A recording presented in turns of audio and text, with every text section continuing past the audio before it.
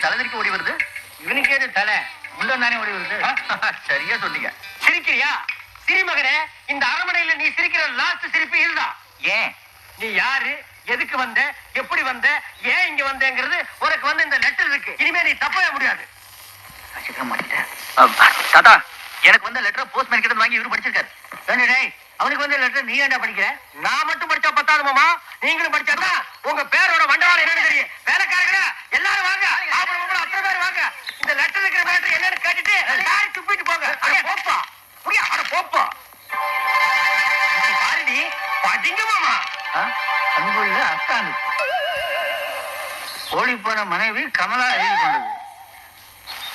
நான் ஓடி போனதிலிருந்து உங்கள் ஞாபகமாகவே இருக்கிறேன்.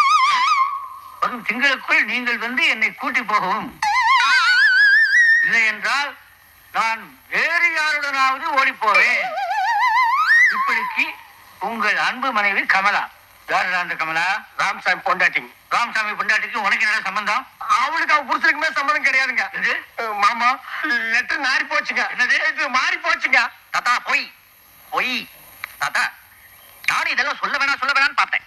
இவர் மிந்தி மாதிரி இல்ல, நடு ராத்திரி இல்ல, இந்த வேஷ்டி மடிச்சு கட்டிக்கிட்டு வண்டி எடுத்துக்கிட்டு இந்த கமலா வீட்டுக்கு போயிடுறாரு. தப்பெல்லாம் நீ பண்ணிட்டு என் பேர மேல பழைய போறியா? நீ வாப்பா. யார் இந்த கமலா? இவ எங்க இருக்கிறா? சரியா முடிச்சுவா.